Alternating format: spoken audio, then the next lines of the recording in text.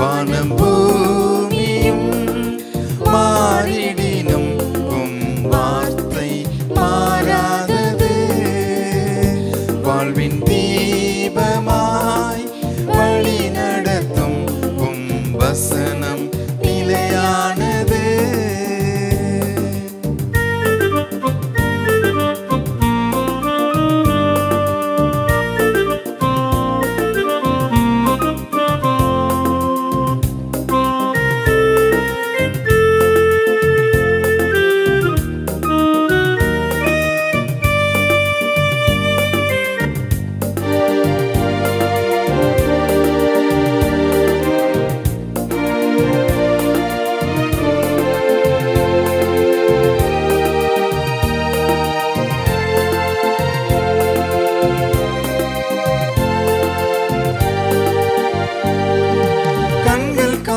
யாவும் ஒரு நாள் மாறும், இந்த மண்ணில் உள்ள மகிமையெல்லாம் மாறும்.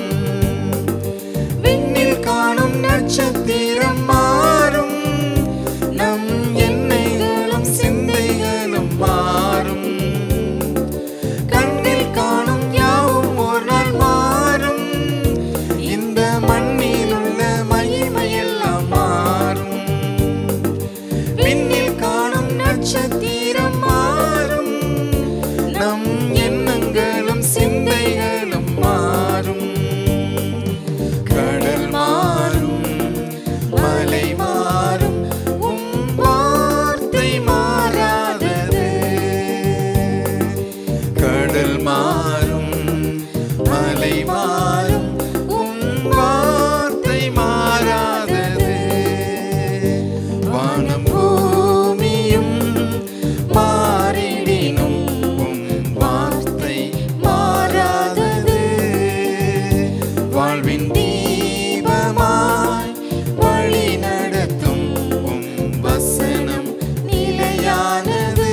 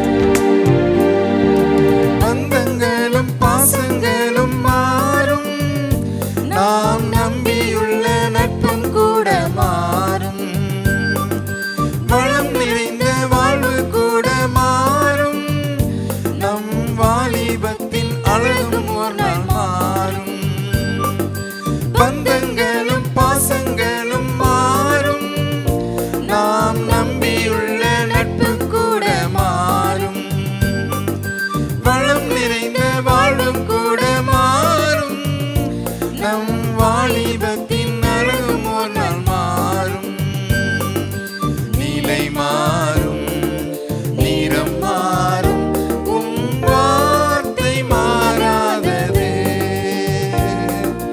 நிலை மாறும், நிறம் மாறும், உம் வார்த்தை மாறாதது. வானம் பூமியும் மாறிடினும் உம் வார்த்தை மாறாதது. வாழ்வின் தீபமாய் வழி நடத்தும் உம் வசனம் நிலையானது. வானம் பூமியும் மாறிடினும் உம் வார்த்தை மாறாதது. வாழ்வின் தீபமாய் வழி நடத்தும் உம் வசனம் நிலையானது. இயேசு கிறிஸ்துவின் இனிய நாமத்திலே உங்கள் அனைவருக்கும் எங்களுடைய அன்பான வாழ்த்துக்களை தெரிவித்துக் கொள்கிறோம்.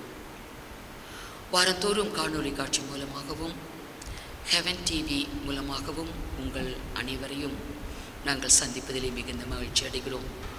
தேவனாகிய கர்த்தர் உங்கள் அனைவரையும் ஆசீர்வதிப்பாராக. கண்களை மூடி நாம் ஜெபிப்போம். சர்வ வல்லமையுள்ள எங்கள் தேவனாகிய கர்த்தாவே, நன்றி உள்ள உள்ளத்தோடு கூட கர்த்தருடைய நாமத்தை மகிமைப்படுத்துகிறோம். இந்த வேளையிலும் கர்த்தருடைய ஆவியானவர் எங்களுக்கு தம்முடைய வார்த்தைகளை தந்து வழிநடத்தப் போகிறீர். கேட்கிற அனைவரோடும் உம்முடைய பெரிதான கிருபை விளங்கட்டும். அனைவரையும் ஆசீர்வதியும். உமக்கே மகிமை ஆண்டவரே, மகிமை துதிகன மகிமையில் நமக்கு ஏறெடுக்கிறோம்.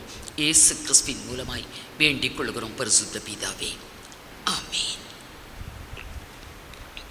2 கொரிந்தியர் 3ஆம் அதிகாரம் 17வது வசனம். கர்த்தரே ஆவியானவர், கர்த்தருடைய ஆவி எங்கேயோ அங்கே விடுதலையும் உண்டு. கர்த்தருடைய நாமத்துக்கு மகிமை உண்டாவதாக. அப்போஸ்தலனாகிய பவுல் கொரிந்து பட்டணத்திலே இருக்கிற தேவ ஜனங்களுக்கு, சபையாருக்கு எழுதின ஒரு கடிதம். அதில் பவுல் சொல்லுகிறார், கர்த்தரே ஆவியானவர், கர்த்தருடைய ஆவி எங்கேயோ அங்கே விடுதலையும் உண்டு என்று சொல்லுகிறார். ஆவியானவர் யார்? கர்த்தர் தான் ஆவியானவர். கர்த்தரும் ஆவியானவரும் எல்லாம் ஒன்று தான். கர்த்தரே ஆவியானவர், கர்த்தருடைய ஆவி எங்கேயோ அங்கே விடுதலையும் உண்டு. கர்த்தருடைய ஆவியானவர் இருக்கும் பொழுது மெய்யாகவே அந்த இடத்துல விடுதலை கொடுக்கிறார். எப்படிப்பட்ட பிரச்சனைகள், போராட்டங்கள், துன்பங்கள், கஷ்டங்கள், தடைகள் காணப்பட்டாலும் கர்த்தர் அனைத்தையும் உடைத்து கர்த்தருடைய ஆவியானவர் விடுவிக்கிறார். கர்த்தர் என்றாலும் விடுவிக்கிறவர் தான். அவர் மோசே இடத்துல அவர் பேசும்போது, உங்கள் மேல் எகிப்தியர் சுமத்தின சுமைகளை நீக்கி உங்களை விடுவிக்கிற உங்கள் தேவனாகிய கர்த்தர் நானே என்று அறிவீர்கள் என்று சொல்லுவார். விடுவிக்கிறவர் கர்த்தருடைய ஆவியானவர், விடுவிக்கிறவர். அவர் கர்த்தராய் இருந்தாலும் விடுவிக்கிறார், ஆவியானவராய் இருந்தாலும் விடுவிக்கிறார். கர்த்தரால் ஆகாத காரியம் ஒன்று உண்டோ என்று வேதத்தில் சொல்லப்பட்டிருக்கும். ஆதியாகமம் 18ஆம் அதிகாரம் 14வது வசனத்தில் சாராளுக்கு குழந்தை இல்லாத தருணத்தில் தேவன் அற்புதமாக ஈசாக்கை கொடுக்க போகிறார். ஆகவே அந்த இடத்துல சொல்லப்பட்டிருக்கும். வாசிங்க பார்க்கலாம். 18-14. கர்த்தரால் ஆகாத காரியம் உண்டோ? கர்த்தரால் கூடாதது. அவர் எப்படிப்பட்ட தடைகள் இருந்தாலும் அவைகளை நீக்கி முறியடித்து கர்த்தர் விடுவிக்கிற தேவன். கர்த்தரே ஆவியானவர். கர்த்தருடைய ஆவி எங்கேயோ அங்கே விடுதலையும் உண்டு. சகரியா 4:6 சொல்லப்பட்டிருக்கும், பலத்தினாலும் அல்ல, பராக்கிரமத்தினாலும் அல்ல, என்னுடைய ஆவியினாலேயே ஆகும் என்று சொன்னார். பலத்தினால கூட சில காரியங்கள் நடக்கும், பராக்கிரமத்தினாலையும் சில காரியங்கள் நடக்கும். சில காரியங்கள் தான். ஆனால் பலத்தினாலும் அல்ல, பராக்கிரமத்தினாலும் அல்ல. இந்த இடத்துல சொல்லப்படக்கூடிய காரியம் பரிசுத்த ஆவியானவராலேயே, அவரால் மாத்திரமே இந்த இடத்துல இந்த காரியம் நடைபெற உள்ளது. ஆகவே சகரியா அப்படி செருபாபேலுக்கு தீர்க்க தரிசனமாக உரைக்கிறார். அருமையானவர்களே, நாம் இப்போ வாழ்ந்து கொண்டிருக்கிற காலம் ஆவியானவருடைய காலம். பழைய ஏற்பாட்டின் காலத்தை எல்லாம் பார்க்கும் பொழுது தேவன் பேசுகிறார், தேவன் கிரியை செய்கிறார், தேவன் வழி நடத்தினார். அது தேவனுடைய காலம். அடுத்து குமாரனாகிய இயேசு கிறிஸ்துவின் காலம். தேவனே மாம்சத்தில் வெளிப்பட்டார், தேவன் மாம்சமானார். குமாரனுடைய காலம். அவர் போகும்போது சொல்லிட்டு போனார், நான் உங்களுக்கு உண்மையை சொல்லுகிறேன், நான் போகிறது உங்களுக்கு ரொம்ப பிரயோஜனமாக இருக்கும். நான் போன பின்பு தேற்றரவாளனாகிய பரிசுத்த ஆவியானவரை உங்களுக்கு நான் அனுப்புவேன். உங்களை திக்கற்றவர்களாக அல்ல, அவர் உங்களோடு கூட இருப்பார் என்று சொல்லி போனார். அவர் போன பின்பு பரிசுத்த ஆவியானவர் ஊற்றப்பட்டார்.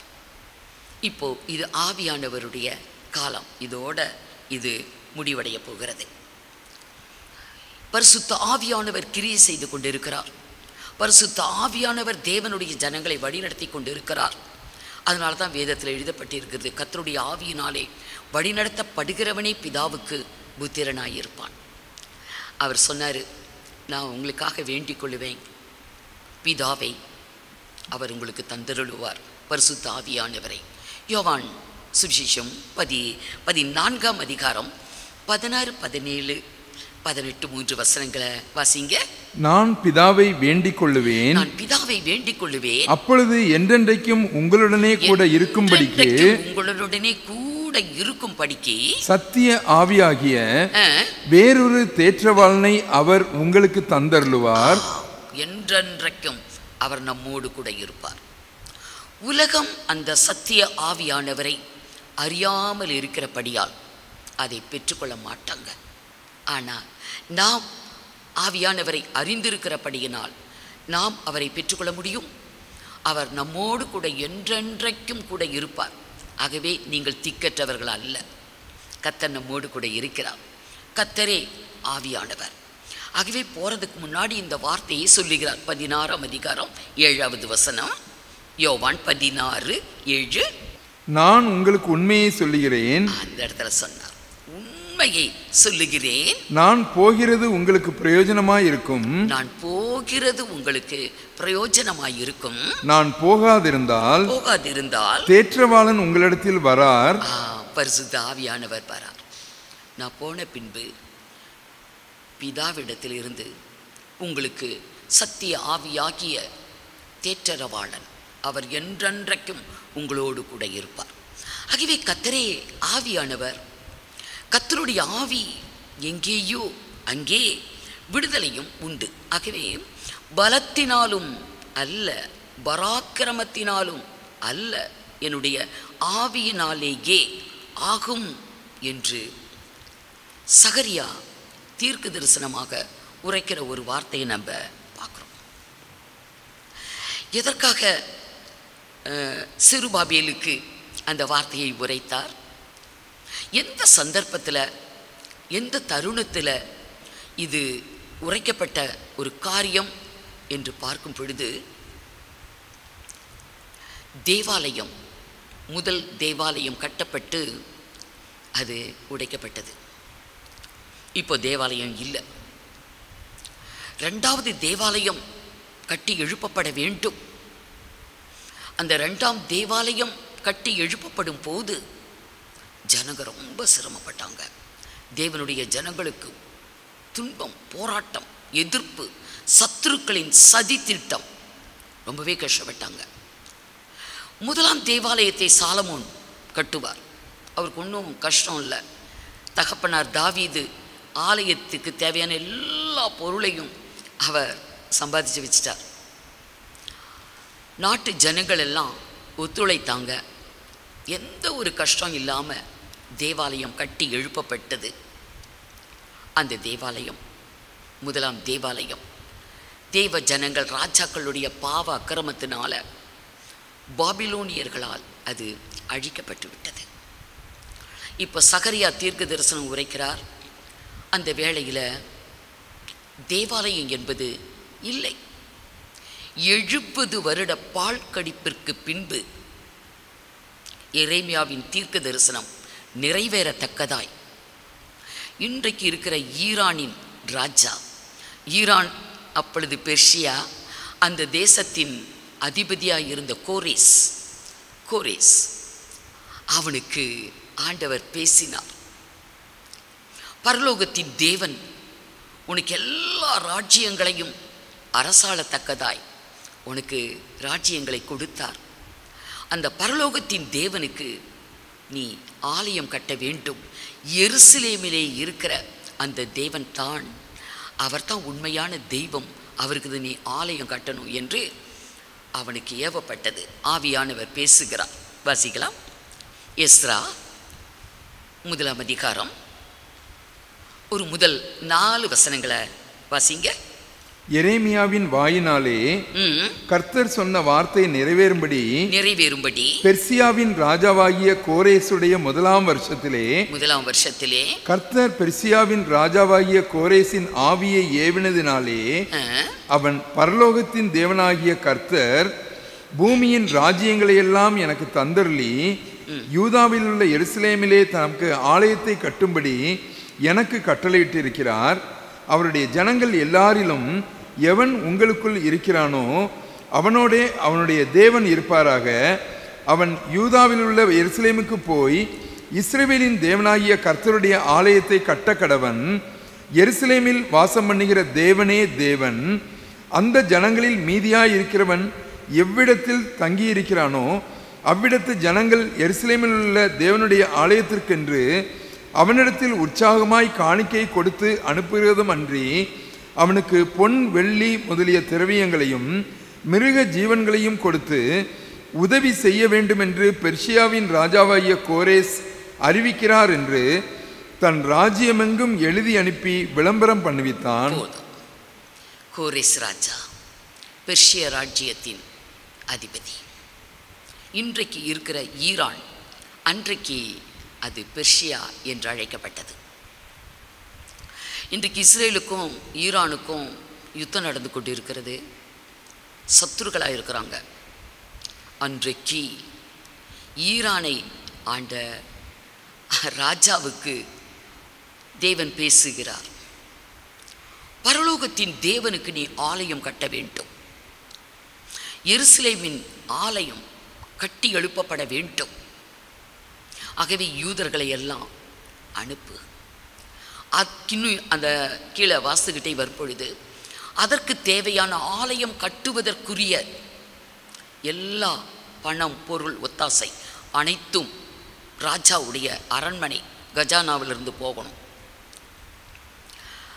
அங்கிருக்கிற பாபிலோனை அரசாண்ட நேபுகாத்து நேச்சார் முந்தின ஆலயத்தை அவன் உடைத்து எருசலேமை அழித்தது மாத்திரமல்ல, அந்த முதலாம் தேவாலயத்தில் இருந்த தங்க பொருள்கள், விலையுயர்ந்த பொருள்கள், வெள்ளி பாத்திரங்கள், விலையேற பெற்ற கற்கள் எல்லாத்தையும் பாபிலோனுக்கு கொண்டு போயிட்டான்.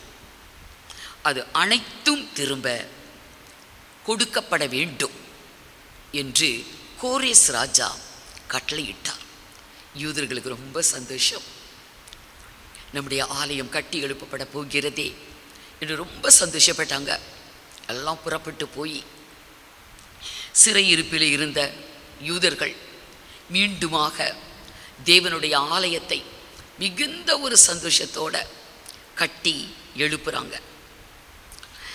இந்த தேவாலயம் கட்டி எழுப்பப்படுகிற செய்தியை இவர்களெல்லாம் புறப்பட்டு போய் உற்சாகமாய் சந்தோஷமாய் வேலை செய்கிறதை அவர்களுடைய சத்துருக்கள் கேள்விப்பட்ட பொழுது அவர்கள் அந்த இடத்துக்கு வராங்க. வந்து மிக தந்திரமாய், நாங்களும் உங்கள் தேவனைத்தான் வணங்குகிறோம், உங்கள் தேவனுக்குத்தான் ஆராதனை செய்கிறோம், உங்கள் தேவனுக்குத்தான் பலிகளை ஏறெடுக்கிறோம், ஆகவே எங்களையும் சேர்த்து கொள்ளுங்கள், நாங்களும் உங்களோடு சேர்ந்து நம்முடைய தேவனுக்கு ஆலய வேலைகளை நாங்களும் செய்கிறோம். இன்றைக்கு அப்படி ஒருவர் நம்மிடத்தில் வந்து சொன்ன நம்ம ஏமாந்துருவோம். நம்முடைய தேவனை நம்புகிறாங்க, விசுவாசிக்கிறாங்க, நம்முடைய தேவனை ஏற்றுக்கொண்டு நம்மை போல ஆராதனை செய்கிறவங்க, நம்மை போல் ரட்சிப்பை பெற்றுக்கொண்டவங்க, நம்மை போல சத்தியத்திலே நடக்கிறவங்க, ஆவிக்குரியவர்கள் என்று நம்பி இன்றைக்கு நம்ம ஏமாந்து பல கஷ்டங்கள் நஷ்டங்கள் அனுபவிக்கிறவர்கள் உண்டு. சில பேர் அப்படி சபைக்குள்ளே பூந்து சபையவே உடைச்சிருவாங்க, ஊழியங்களை சிதறி போகும். ஆனால் யூதர்கள் அவங்க இடம் கொடுக்கல. நல் யோசனை செய்து யுத்தம் பண்ணு அப்படின்னு வேத வாக்கியம். எதுக்குமே நல்ல யோசனை செய்து அவங்க காரியத்தை நடப்பிக்கிறவங்க. அவங்க அதுக்கு என்ன பதில் சொன்னாங்க தெரியுங்களா? 4ஆம் அதிகாரம், எஸ்ரா 4ஆம் அதிகாரம் முதலிருந்து வாசிங்க. சிறையிருப்பிலிருந்து வந்த ஜனங்கள் இஸ்ரவேலின் தேவனாகிய கர்த்தருக்கு ஆலயத்தை கட்டுகிறார்கள் என்று யூதாவுக்கும் பென்யமீனுக்கும் இருந்த சத்துருக்கள் கேள்விப்பட்ட போது அவர்கள் செருபாபேலிடத்துக்கு தலைவரான பிதாவினிடத்துக்கு வந்து உங்களோட கூட நாங்களும் கட்டுவோம், உங்களைப் போல நாங்களும் உங்கள் தேவனை நாடுவோம், இவ்விடத்திற்கு எங்களை வரப்பண்ணின அசீரியாவின் ராஜாவாகிய எஸ்ரேத்தோன் நாட்கள் முதற்கொண்டு அவருக்கு நாங்களும் பலியிட்டு வருகிறோம் என்று அவர்களோடே சொன்னார்கள். ஆராதனை செய்து பலியிட்டு கொண்டிருக்கிறோம். அதற்கு செருபாவேலும் யெசுவாவும் இஸ்ரவேலில் மற்றுமுள்ள தலைவரான பிதாக்களும் அவர்களை நோக்கி எங்கள் தேவனுக்கு ஆலயத்தை கட்டுகிறதற்கு, தேவனுக்கு நாங்கள் ஆலயத்தை கட்டுவதற்கு உங்களுக்கும் எங்களுக்கும் சம்பந்தம் இல்லை, எங்களுக்கும் சம்பந்தம் இல்லை. அருமையான ஒரு பதில் சொன்னாங்க. இந்த 2வது தேவாலயத்தை செருபாபேல் யெசுவா அவர்களுடைய தலைமையில தான் ஆலய வேலைகள் துரிசமாக நடைபெற்று கொண்டிருக்கிறது. அவர்கள் சொன்ன ஒரு பதில், செருபாபேலும் யெசுவாவும் இஸ்ரவேல் மூப்பர்களும் சொன்னாங்க, தேவனுக்கு எங்கள் தேவனுக்கு ஆலயத்தை நாங்கள் கட்டுறோம். அந்த கட்டுகிற விஷயத்தில் உங்களுக்கும் எங்களுக்கும் சம்பந்தம் இல்லை. கோரேஸ் ராஜா எங்களுக்கு கட்டளையிட்டு இருக்கிறார். நம்ம கீழே வாஸ்தா தெரியும். எங்களை கட்டும்படி தான் நீங்கள் போய் கர்த்தருடைய ஆலயத்தை கட்டுங்க என்று எங்களுக்குத்தான் கட்டளையிட்டு இருக்கிறார். ஆகவே நாங்கள் கர்த்தருக்கு ஆலயத்தை, பரலோகத்தின் தேவனுக்கு, எங்கள் தேவனுக்கு ஆலயத்தை நாங்கள் கட்டுறோம், நீங்கள் இதில் தலையிடாதீங்க என்று சொன்னாங்க. இப்பொழுது அந்த சத்துருக்களின் சுயரூபம் வெளிப்படுது. இந்த ஆலய வேலையை தடை செய்யணும். செருபாபேல் ஆலய வேலை செய்யக்கூடாது. அவன் தூக்கு நூலை பிடித்து அவன் வேலை செய்கிறத கர்த்தருடைய கண்கள் பார்த்து சந்தோஷப்படுகிறது என்று வேதத்தில் பார்க்கலாம். இவர்கள் ஆலய வேலைகளை முன்னின்று வழிநடத்தினவர்கள். அந்த நாட்களில் இருந்த தீர்க்கதரிசிகள் தான் ஆகாய் தீர்க்கதரிசி, சகரியா தீர்க்கதரிசி. இவர்கள் தீர்க்க தரிசனம் சொல்லிக்கொண்டு இவங்களையெல்லாம் திடப்படுத்தி தைரியப்படுத்தி கொண்டு இருந்தவர்கள். எஸ்ரா, நெகேமியா, ஆகாய், சகரியா, தானியேல் இதெல்லாம் ஒரே காலத்துக்கு உட்பட்ட ஒரு புத்தகம். ஆனால் இது பைபிள் அங்கங்கே இருக்கிறதை பார்க்கிறோம். உடனே சத்துருக்கள் சதி திட்டம் தீட்டினாங்க. ராஜாவுக்கு ரிப்போர்ட் பண்ணினாங்க. ராஜாவே, இந்த ஜனங்க ரொம்ப பயங்கரமானவங்க. இவங்களை பற்றி இவங்களுடைய ராஜாக்களுடைய நடவடிக்கை புஸ்தகத்தில் பார்த்தாலே தெரியும்.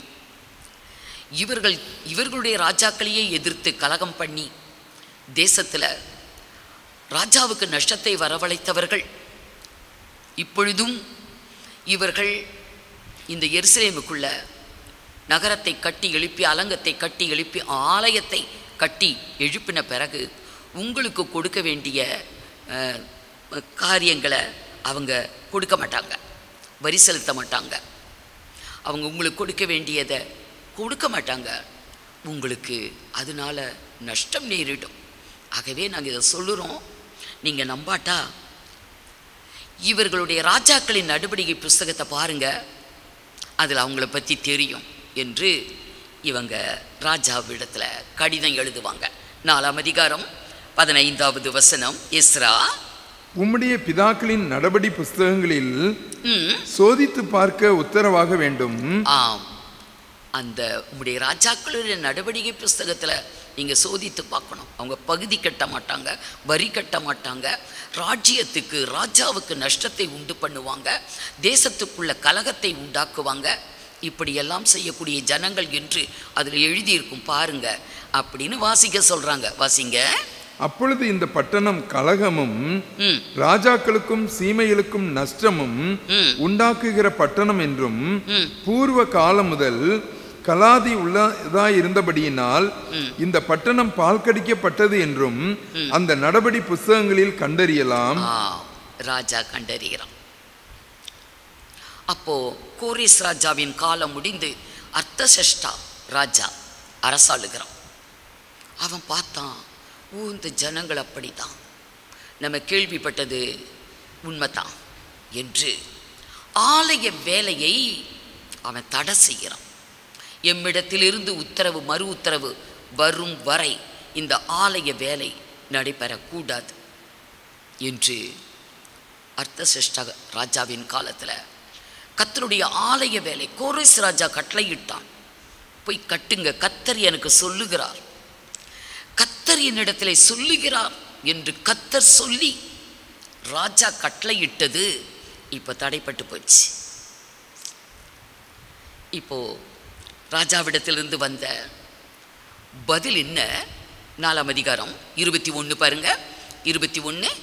இப்பொழுதும் நம்மிடத்திலிருந்து மறு உத்தரவு பிறக்கும் வரையும் அந்த மனிதர் அந்த பட்டணத்தை கட்டாமல் நிறுத்திவிடும்படி கட்டளையிடுங்கள்.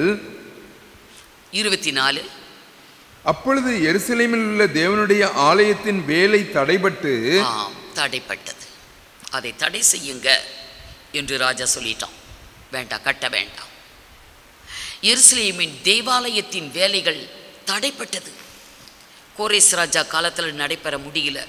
அவன் சொன்ன பிறகும் அர்த்தசஷ்டா அந்த ராஜாவின் காலத்திலேயும் அது கட்டப்படவில்லை. அடுத்து தரியு ராஜா வந்துட்டான். அவனுடைய 2ஆம் வருஷம் வரைக்கும் ஆலயத்தின் வேலை நடைபெறாமல் அப்படியே தடைப்பட்டு போனது சத்துருக்களின் சதி திட்டத்தால்.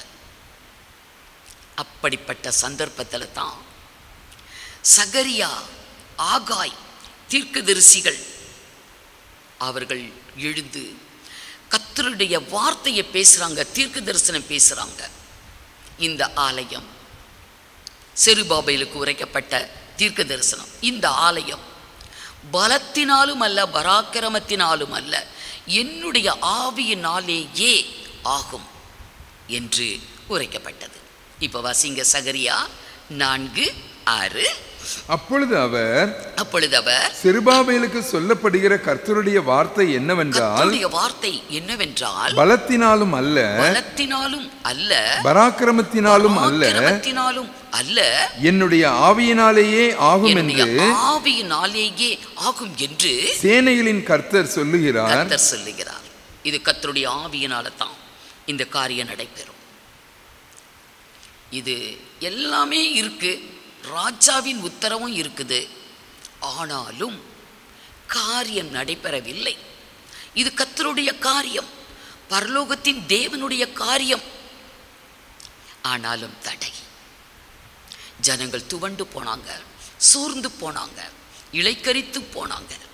அந்த வேளையில் சகரியாவின் தீர்க்க தரிசனம் செருபாபேலுக்கு இது கர்த்தருடைய ஆவியினாலேயே ஆகும் என்று அவங்க தீர்க்க தரிசனம் உரைத்தாங்க. உடனேயே செருபாபேல், யெஷுவா, மூப்பர்கள், இன்னும் யூதர்கள் எல்லாரும் எழும்பினாங்க. கர்த்தருடைய ஆவியினால் இது நடக்கும் என்று உடனேயே அவர்கள் திட்டப்பட்டார்கள், தைரியம் அடைந்தார்கள். கர்த்தருடைய வேலையை அவங்க கட்ட துவைக்கினாங்க. ராஜாவிடத்திலிருந்து எந்த உத்தரவும் இல்லை. இவர்கள் கர்த்தரிடத்திலிருந்து உத்தரவு பெற்று ஆவியானவருடைய உத்தரவை பெற்று ஆவியானவரால் நடத்துறது ஆவியானவர்.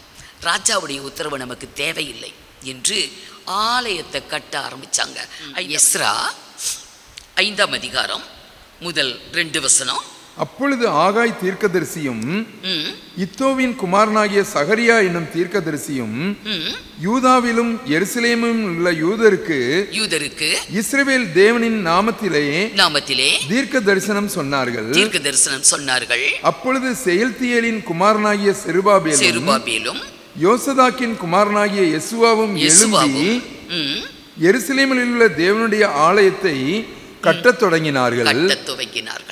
வேலைகள் நடைபெற்று கொண்டிருக்கிறது. அது துரிதமாக வேலைகள் எல்லாம் நடைபெற்று கொண்டிருந்தது.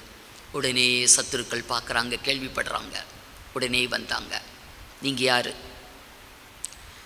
பேர் என்ன, பேரை சொல்கிறாங்க. செருபாபேல், யெசுவா. யார் உங்களுக்கு இதை கட்ட சொன்னது, எதற்காக கட்டுறீங்க, ராஜாவிடத்திலிருந்து உத்தரவு வந்ததா என்று கேள்வி மேலே கேள்வி அவங்க கேட்குறாங்க. அப்போ தரியு ராஜா அரசாளக்கூடிய 2ஆம் ஆண்டு, கோரேஸ் ராஜா காலத்தில் நடைபெறவில்லை, அர்த்தசஷ்டா ராஜாவின் காலத்தில் அது நடைபெறவில்லை. தரியு அரசாட்சிக்கு வந்துட்டான் 2வது வருஷம். ஆவியானவர் சொல்லுகிறார், இது ஆவியினால தான் ஆகும் என்று கட்டுறாங்க. இப்போ சத்துருக்களுடைய கேள்வி. அப்போ இவங்க சொன்னாங்க, செருபாபேல், யெசுவா என்று பெயரை சொல்லி பரலோகத்தின் தேவன் எங்களுக்கு கட்டளையிட்டார், கோரேஸ் ராஜா எங்களுக்கு கட்ட சொன்னார். ஆனால் இப்படி சத்துருக்களால் தடை பிரச்சனைகள் வந்தது. இப்போ ஆவியானவர் சொல்லுகிறார், பரலோகத்தின் தேவன் எங்களுக்கு கட்டளையிட்டு இருக்கிறார், ஆகவே நாங்கள் அதை செய்கிறோம், இது எங்களுடைய தேவனுக்கு என்று அவங்க எல்லா விஷயத்தையும் சொல்கிறாங்க. இது எல்லாம் எழுதி தரியு ராஜாவுக்கு ரிப்போர்ட் போகுது. தரியு ராஜா இதை பார்த்த உடனே அப்பா ராஜாவுக்கு சொல்கிறாங்க, கோரேஸ் கட்டளையிட்டார், கோரேஸ் ராஜா ஆலயத்தை கட்ட சொன்னார் அப்படின்னு சொல்கிறாங்களே, கோரேஸ் ராஜா எழுதின அந்த சுருள் நம்ம எடுத்து பார்க்கணும், அது உண்மையாக இருந்தால் பார்க்கலாம் என்று இப்போது கோரேஸ் ராஜா எழுதுனது உண்மையா என்று அதை ஆராய்ச்சி பார்க்குறாங்க. எஸ்ரா 6ஆம் அதிகாரம் 1 வசனம். அப்பொழுது ராஜாவாகிய தரியு இட்ட கட்டளையின்படியே, தரியு ராஜா கட்டளையிட்டபடியே பாபிலோன் கஜானாவில் உள்ள தஸ்திர அறையை சோதித்தார்கள். என்றால் 8 சுருள் வைக்கக்கூடிய ஒரு நூலகம், அதுக்கு பேர் தான் தஸ்திர அறை. அதில் சோதித்து பார்க்குறாங்க. கோரேஸ் ராஜா எழுதின சுருள் அங்கே கிடைத்தது. அதை தரியு ராஜா வாசித்து பார்க்கிறார்.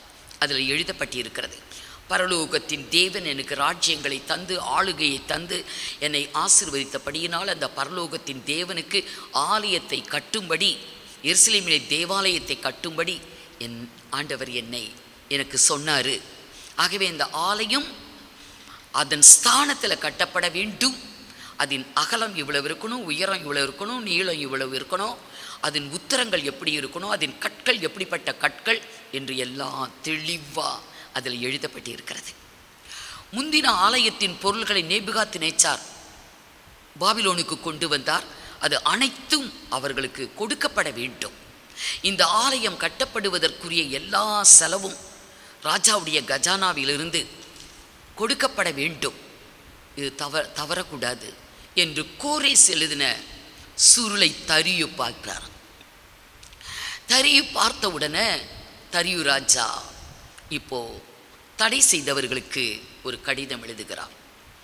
அவங்களுடைய வேலையை நீங்கள் தடை செய்யக்கூடாது, அவங்க வேலை செய்யட்டும், நீங்கள் அந்த இடத்த விட்டு நீங்கள் வெளியேறிடணும், அங்கே இருக்கக்கூடாது, அந்த இடத்துலையே நீங்கள் இருக்கக்கூடாது.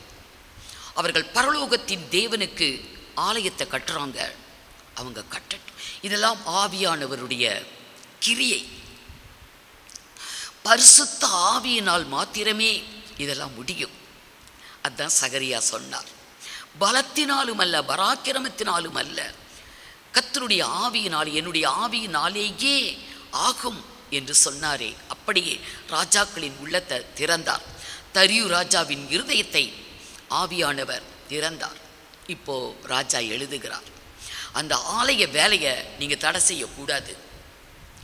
அவர்களுக்கு தேவையான எல்லா பணமும் அரண்மனையின் கஜானாவிலிருந்து சரியான நேரத்தில் கொடுக்கப்பட வேண்டும். நேபுகாத்நேச்சார் கொண்டு வந்த பொருள் அனைத்தும் திரும்ப அவர்களுக்கு கொடுக்கப்பட வேண்டும். வேலைகள் நல்லபடியாய் நடந்தேற வேண்டும். அனுதினமும் பலிகள் செலுத்துவதற்குரிய ஆடு மாடு பலி பொருள்கள் அரண்மனையிலிருந்து கொடுக்கப்பட வேண்டும். அங்கே ஆசாரியர்கள் ஆலயத்தை கட்டின பின்பு அந்த ஆலயத்தில் இருந்து ராஜாவுக்காகவும் தரியு ராஜாவுக்காகவும் ராஜாவின் குமாரருக்காகவும் அவர்கள் பிரார்த்தனை ஏறெடுக்கப்பட வேண்டும். ராஜா நீண்ட ஆயுளோடு வாழும்படி அவங்க ஜெபிக்க வேண்டும் என்று தரியு ராஜா எழுதியிருந்தார். இதை யாராகிலும் தடை செய்தால் அவங்களுக்கு என்ன தண்டனை கொடுக்கப்படும் என்றும் தரியு ராஜா எழுதியிருந்தார்.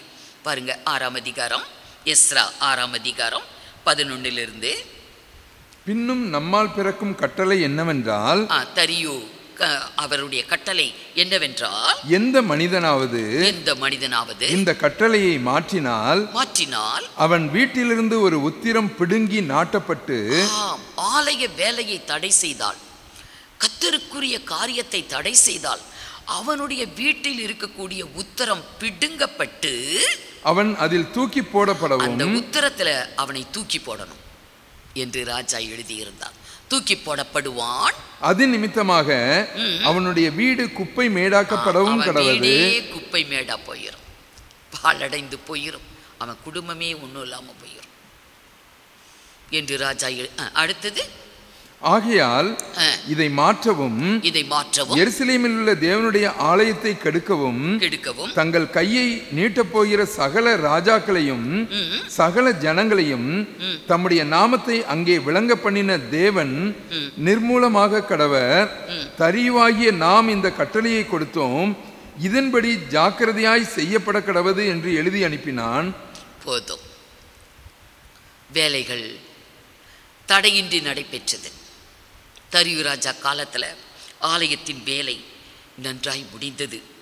சகரியாவும் ஆகாயும் தீர்க்க தரிசனம் சொல்ல அந்த வேத வாக்கியத்தை கேட்டு ஜனங்கள் திட்டப்பட்டு தைரியம் அடைந்து அவருடைய கைகள் பலப்பட்டது. ஆலயத்தின் வேலை நல்லபடியாய் முடிவடைந்தது. 6ஆம் அதிகாரம் 14-15 பார்க்கும் பொழுது ஆலய வேலை பூரணமாய் முடிவடைந்து அவங்க ஆலயத்தை பிரதிஷ்டை பண்றாங்க. முதலாம் ஆலயம் கட்டப்படும் பொழுது பாடுகள், கஷ்டங்கள், துன்பங்கள் என்பது இல்லை. இந்த 2ஆம் ஆலயம் எருசலேம் தேவாலயம் கட்டி எழுப்பப்படும் பொழுது அத்தனை பாடுகள், இடையூறுகள், இன்னல்கள், தடைகள், கால தாமதங்கள், எத்தனை மன உளைச்சல்கள். கர்த்தருடைய 2 தீர்க்கதரிசி, 2 சாட்சிகள் அங்கே எழும்பி அவர்கள் கொடுத்த தீர்க்க தரிசனத்தினால ஆவியானவர் கிரியை செய்து அந்த ஆலயம் கட்டி எழுப்பப்பட்டு ஆவியானவர் அவர்களுக்கு ஜெயம் கொடுத்தார். அதனால தான் வேதத்தில் சொல்லப்பட்டு இருக்கிறது. எசாயா 59ஆம் அதிகாரம் 19வது வசனம், அப்பொழுது சூரியன் அஸ்தமிக்கும் திசை தொடங்கி கர்த்தரின் நாமத்துக்கும் சூரியன் உதிக்கும் திசை தொடங்கி அவருடைய மகிமைக்கும் பயப்படுவார்கள். வெள்ளம் போல் சத்துரு வரும்போது கர்த்தருடைய ஆவியானவர் அவனுக்கு விரோதமாய் கொடியேற்றுவார்.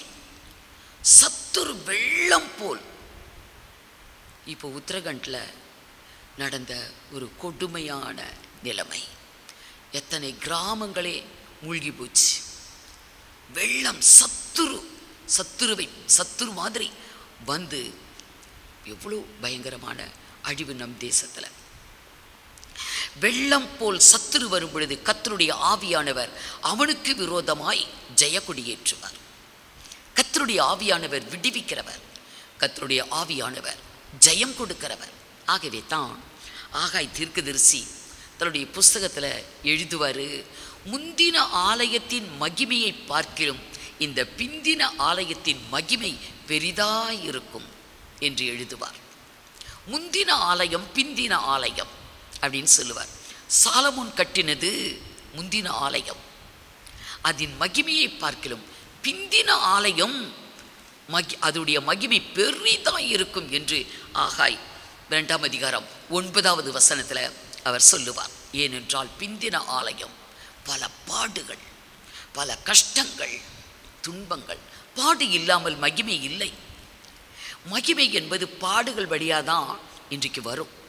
ஆகவே இந்த பிந்தின ஆலயம், 2ஆம் ஆலயம் பல பாடுகளால் அது கட்டி எழுப்பப்பட்டபடியினால் முந்தின ஆலயத்தின் மகிமையை பார்க்கலாம் இந்த பிந்தின ஆலயத்தின் மகிமை பெரிதாயிருக்கும் என்று சொன்னார். ஆனாலும் இந்த பிந்தின ஆலயம், 2ஆம் ஆலயமும் இன்றைக்கு உலகத்தில் இல்லை. இந்த 2ஆம் ஆலயம் இயேசு கிறிஸ்துவின் காலத்தில் இருந்துச்சு.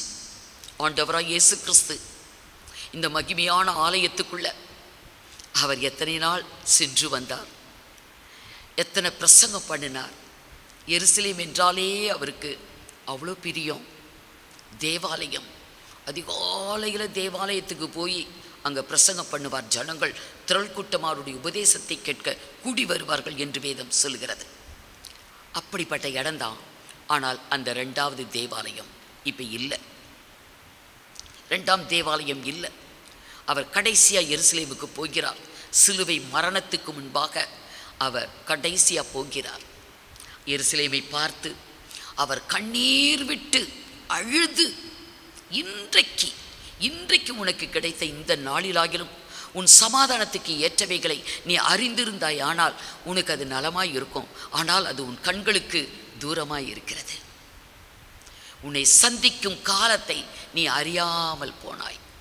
ஆகவே உன் மீது ஒரு கல் இராதபடிக்கெல்லாம் இடிக்கப்பட்டு போகும் காலம் வரும் என்று கர்த்தர் சொன்னார். எருசலேமை பார்த்து கண்ணீர் விட்டார்.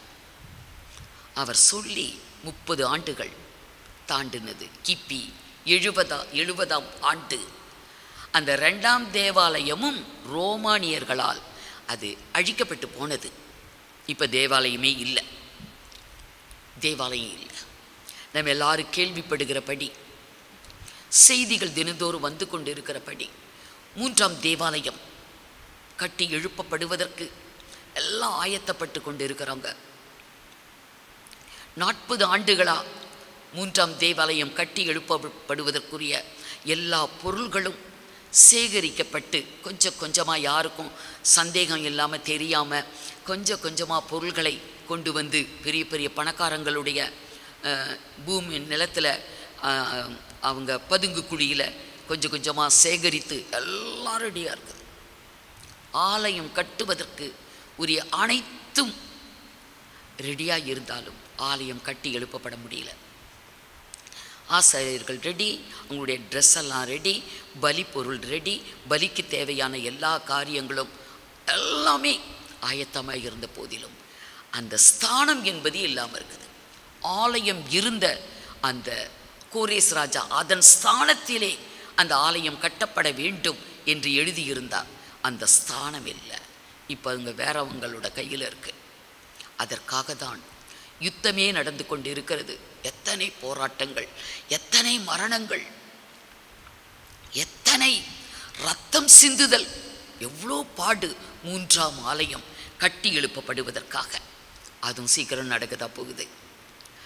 அன்றைக்கு 2ஆம் தேவாலயத்துக்கு 2 தீர்க்கதரிசிகள் இருந்து தீர்க்க தரிசனம் உரைத்து ஜனங்களை தைரியப்படுத்தி ஆலய வேலை நடந்தது போல 3ஆம் தேவாலயத்துக்கும் இதே போல் 2 தீர்க்கதரிசிகள் எழும்ப போகிறாங்கன்னு வெளிப்படுத்தல் 11ஆம் அதிகாரத்தில் எழுதப்பட்டிருக்கிறதை பார்க்கலாம். அவர்கள் தீர்க்க தரிசனம் உரைப்பாங்க, ஜனங்க தைரியப்படுவாங்க. அவங்க இப்பவுமே இருக்கலாம், நமக்கு யார் என்று தெரியாது. 3ஆம் தேவாலயம் கட்டி எழுப்பப்படும் என்று இயேசு சொன்னார். 3ஆம் தேவாலயம் கட்டப்படும், எழுப்பப்படும் என்பதற்கு வேதத்தில் நிறைய வசனங்கள் உண்டு.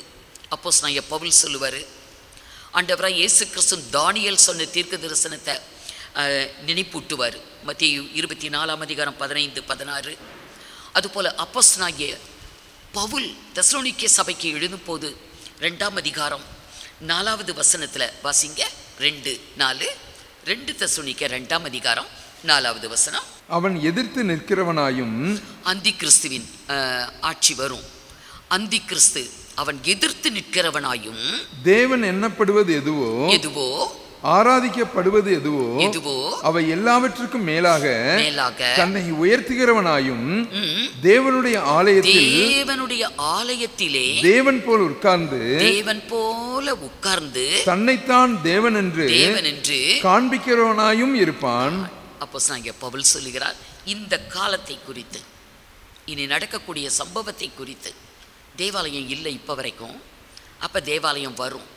2ஆம் தேவாலயம் ரோமானியர்களால் உடைக்கப்பட்டு விட்டது, 3ஆம் தேவாலயம் வரும் என்பது எவ்வளவு உறுதியான வார்த்தைகள் வேதத்தில் சொல்லப்பட்டு இருக்கிறது. கர்த்தருடைய ஆலயத்தில் 3ஆம் தேவாலயத்தில் அந்தி கிறிஸ்து உட்காருவான், தன்னையே தேவன் என்று சொல்லுவான், தன்னையே தேவனைப் போல தன்னை உயர்த்தி காண்பிப்பான் என்றெல்லாம் சொல்லப்பட்டிருக்கிறது. ஆகவே 3ஆம் தேவாலயம் வர இருக்கிறது. இவைகளெல்லாம் 1ஆம் தேவாலயம் என்றாலும் 2ஆம் தேவாலயம் என்றாலும் 3ஆம் தேவாலயம் என்றாலும் இது உலக பிரகாரமான ஆலயம். இது பரலோகத்துக்கு வராது. இதனால நம்மளுக்கு எந்த நன்மையும் இல்லை, பிரயோஜனம் இல்லை, ஒன்றும் இல்லை. ஆனால் முந்தின ஆலயத்தின் மகிமையை பார்க்கலும் பிந்தின ஆலயத்தின் மகிமை பெரிதாயிருக்கும் என்று ஆகாய் சொன்னாரே. இந்த 2ஆம் தேவாலயத்தை குறித்து சொல்லப்பட்ட காரியம் என்றாலும் பூமிக்குரிய ஆலயம், ஆவிக்குரிய ஆலயம் என்று 2 ஆலயங்கள் உண்டு. இப்போ நம்ம இவ்வளோ நேரம் பார்த்தது பூமிக்குரிய ஆலயம். அதற்கு வந்த தடைகள், பிரச்சனைகள், போராட்டங்கள் எத்தனை. இது பூமிக்குரிய ஆலயம். ஆனால் ஆவிக்குரிய ஆலயம் என்று ஒன்று உண்டு. அதுதான் 2ஆம் தேவாலயம். முந்தின ஆலயத்தின் மகிமையை பார்க்கலாம் பிந்தின ஆலயத்தின் மகிமை பெரிதாய் இருக்கும் என்பது ஆவிக்குரிய ஆலயம். இந்த ஆவிக்குரிய ஆலயம் என்பது எங்க இருக்குது? நாமே 1 கொரிந்தியர் 3ஆம் அதிகாரம் 16-17 நீங்கள் தேவனுடைய ஆலயமாய் இருக்கிறீர்கள் என்றும் தேவனுடைய ஆவி உங்களில் வாசமாய் இருக்கிறார் என்றும் அறியாதிருக்கிறீர்களா? ஒருவன் தேவனுடைய ஆலயத்தை கெடுத்தால் அவனை தேவன் கெடுப்பார். நாமே அந்த ஆலயம், நீங்களே அந்த ஆலயம். நாம் தேவனுடைய ஆலயம் என்பதை அறியாதிருக்கிறீர்களா? நாமே தேவனுடைய ஆலயம். இதுவே ஆவிக்குரிய ஆலயம். இந்த ஆலயத்துக்குள்ள கர்த்தர் உலாவுகிறார். நான் உங்கள் தேவனாய் இருப்பேன், நீங்கள் என் ஜனமாய் இருப்பீர்கள் என்று கர்த்தர் சொன்னார். உங்கள் நடுவில் உலாவுவேன், நீங்களே ஜீவனுள்ள தேவனுடைய ஆலயமாய் இருக்கிறீர்கள் என்று அப்போஸ்தலனாகிய பவுல் இன்னும் கொரிந்து சபைக்கு எழுதுவார். நாமே அந்த ஆலயம், ஆவிக்குரிய ஆலயம். ஆண்டவராகிய இயேசு இந்த பூமிக்குரிய ஆலயத்தில் அவர் வாசம் செய்கிறது இல்லை. கையினால் கட்டப்பட்ட ஆலயத்தில் நான் வாசம் செய்கிறது இல்லை என்று சொன்னார். அவர் வாசம் செய்கிறது இல்லை. தேவன் எப்படிப்பட்டவர்? வானம் அவருக்கு சிங்காசனம், பூமி அவருக்கு பாதப்படி. வானாதி வானங்கள் கொள்ளாத தேவனுக்கு ஒரு ஆலயத்தை கட்டி அதுக்குள்ளே தேவனை உட்கார வைக்க முடியுமா? முடியாது. உட்காந்தா வானம் ஃபில்லப் ஆகுது. அவர் 2 காலை வச்சா பூமி பாதப்படி முழுவதும் நிறையுது. இடமே இல்லை. ஆலயம் கட்டுவதற்கு இடமே இல்லை. வானாதி வானங்கள் கொள்ளாத அவ்வளோ பெரிய தேவன் நம்முடைய தேவன். பெரிய தேவன், பெரிய காரியங்களை செய்கிறவர். நம் நடுவில் அவர் பெரிய காரியங்களை செய்கிறவர். ஆனால் அவருக்கு ஆலயமாக அவர் வாசம் பண்ணுவதற்கு நம்மையே தெரிந்து கொண்டார். நாமே அவர் வாசம் பண்ணும் ஆலயம். 1 கொரிந்தியர் 6ஆம் அதிகாரம் 19வது வசனம். உங்கள் சரீரமானது நீங்கள் தேவனாலே பெற்றும் உங்களில் தங்கியும் இருக்கிற பரிசுத்த ஆவியினுடைய ஆலயமாய் இருக்கிறது என்றும். நாமே பரிசுத்த ஆவியானவருடைய ஆலயம். பூமிக்குரிய ஆலயமாய் இருந்தாலும் ஆவியானவர் தான் கட்டி எழுப்பணும். இன்றைக்கு ஆலயங்கள் கட்டி எழுப்பப்படுகிறது. எவ்வளவு ஜெபத்தில், எவ்வளோ கஷ்டத்தில் தான் கட்டி எழுப்பப்படுகிறது. ஒரு வீட்டை கட்டுறதே எவ்வளோ கஷ்டம். ஆகவே தான் கர்த்தர் வீட்டை கட்டாராயில் அதை கட்டுகளுடைய பிரயாசம் விருதா. ஒரு வீடு கட்டுறதுக்கே முடியல, அதையே கர்த்தர் தான் கட்டி கொடுக்கணும். ஆலயம் என்றாலும் கர்த்தர் தான் கட்டி கொடுக்கணும். ஆனால் இது ஆவிக்குரிய ஆலயம். நம்முடைய சரீரம், நம்முடைய ஆவி, ஆத்துமா, சரீரம் இது ஆவிக்குரிய ஆலயம். இந்த ஆலயம் பரிசுத்த ஆவியானவர் நமக்குள் வாசம் செய்யக்கூடிய ஆலயம். மீண்டும் வசிங்க 19:6-19. உங்கள் சரீரமானது நீங்கள் தேவனாலே பெற்றும் உங்களில் தங்கியும் இருக்கிற பரிசுத்த ஆவியினுடைய ஆலயமாய் இருக்கிறது என்றும். நம்ம ஆவியானவர் நமக்குள் வாசம் செய்கிறார். ஆவியானவர் தங்கி நமக்குள் வாசம் செய்யக்கூடிய ஆவியானவருடைய ஆலயம் நாமே. ஆகவே ஒருவன் இந்த ஆலயத்தை கெடுத்தால் நான் அவனை கெடுப்பேன் என்கிறார். இந்த சரீரம் நமக்கு சொந்தம் அல்ல. நம்முடைய இஷ்டத்துக்கு சரீரத்தை கெடுப்பதற்கு இது கர்த்தர் வாசம் செய்யக்கூடிய ஆலயம். இது பரிசுத்தமாக இருக்கணும். கர்த்தருடைய அவர் பரிசுத்தர். அவர் வாசம் பண்ணக்கூடிய ஆலயம் அது பரிசுத்தமாக இருக்கணும். நம்ம கெடுத்துடக்கூடாது. இந்த ஒரு பாவியான ஒரு மனிதன் பரிசுத்த தேவன் வாசம் பண்ணக்கூடிய, பரிசுத்த ஆவி வாசம் பண்ணக்கூடிய ஒரு ஆவிக்குரிய ஆலயமாய் மாற வேண்டும் என்றால் அது ரொம்ப கஷ்டமான காரியம். பாடுகள், துன்பங்கள், வேதனைகள் இவைகள் தான் ஆலயமாக உருவாக்கும். ஏன் நம்முடைய வாழ்க்கையில் இத்தனை பாடுகள்? ஏன் நமக்கு சோதனைகள், துன்பங்கள், கஷ்டங்கள்? ஆண்டவராக இயேசுவை ஏற்றுக்கொண்டோமே, ஆலயத்துக்கு போகிறோம், கர்த்தரை சேவிக்கிறோம், கர்த்தரை தொழுது கொள்கிறோம், ஆராதனை பண்ணுறோம், கர்த்தரை துதித்து பாடி மகிமைப்படுத்துகிறோம், சாட்சியாகவும் நின்று கொண்டிருக்கிறோம் அல்லது ஊழியமே செய்து கொண்டிருக்கிறோம். ஆனால் துன்பங்கள், பாடுகள், வேதனைகள், சோதனைகள் நம்ம விட்டு நீங்களையே ஒன்று போக ஒன்று நமக்கு வந்து கொண்டு தானே இருக்கிறது என்று நம்ம வருந்துகிறோம்.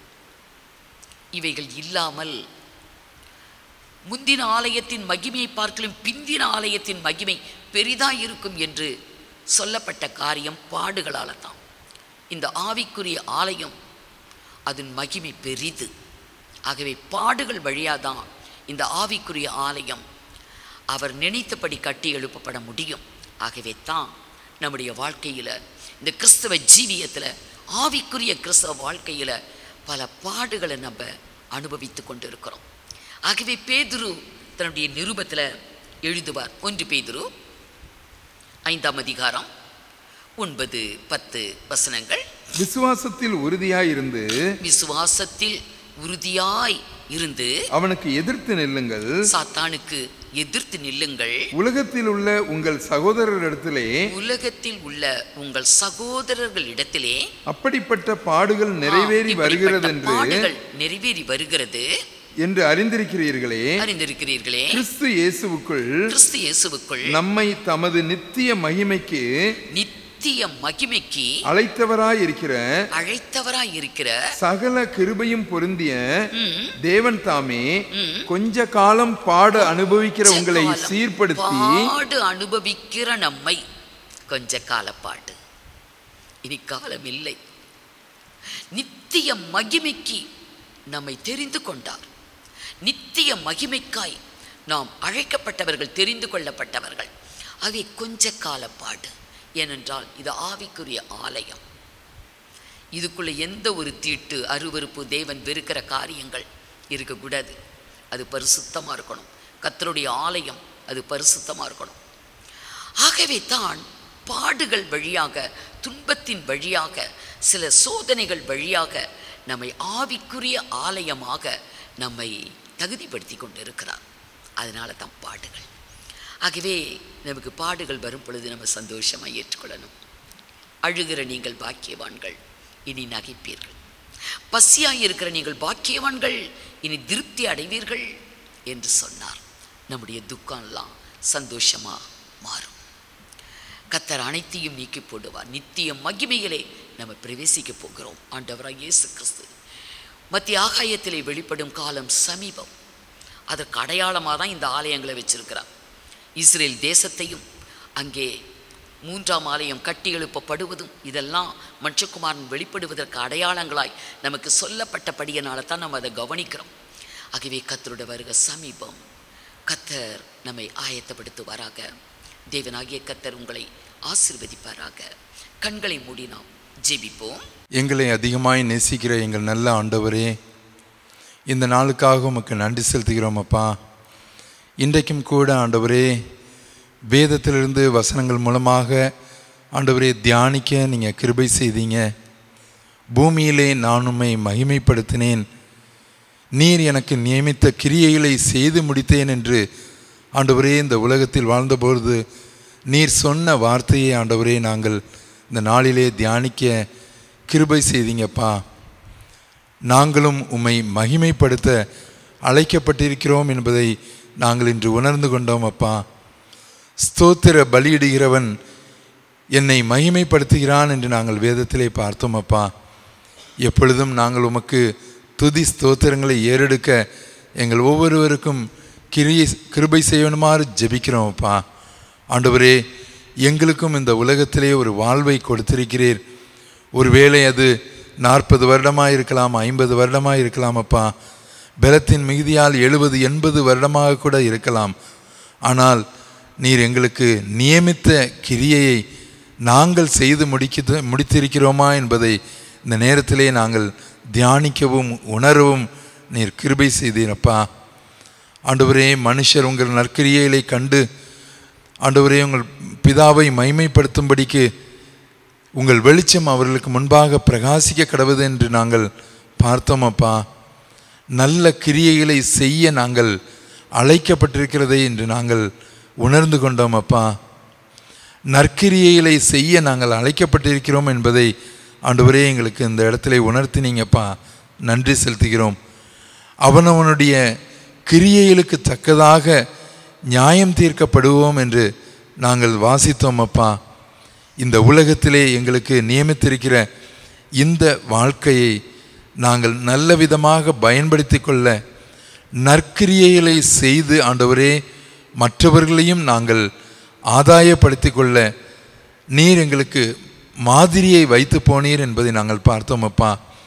உம்முடைய அடிச்சுவடுகளை நாங்களும் பின்பற்றி ஆண்டவரே இந்த உலகத்திலே நீர் வாழ்ந்த பொழுது நல்ல கிரியைகளை செய்து ஆண்டவரே எங்களுக்கு மாதிரியை முன்வைத்து போனீங்கப்பா.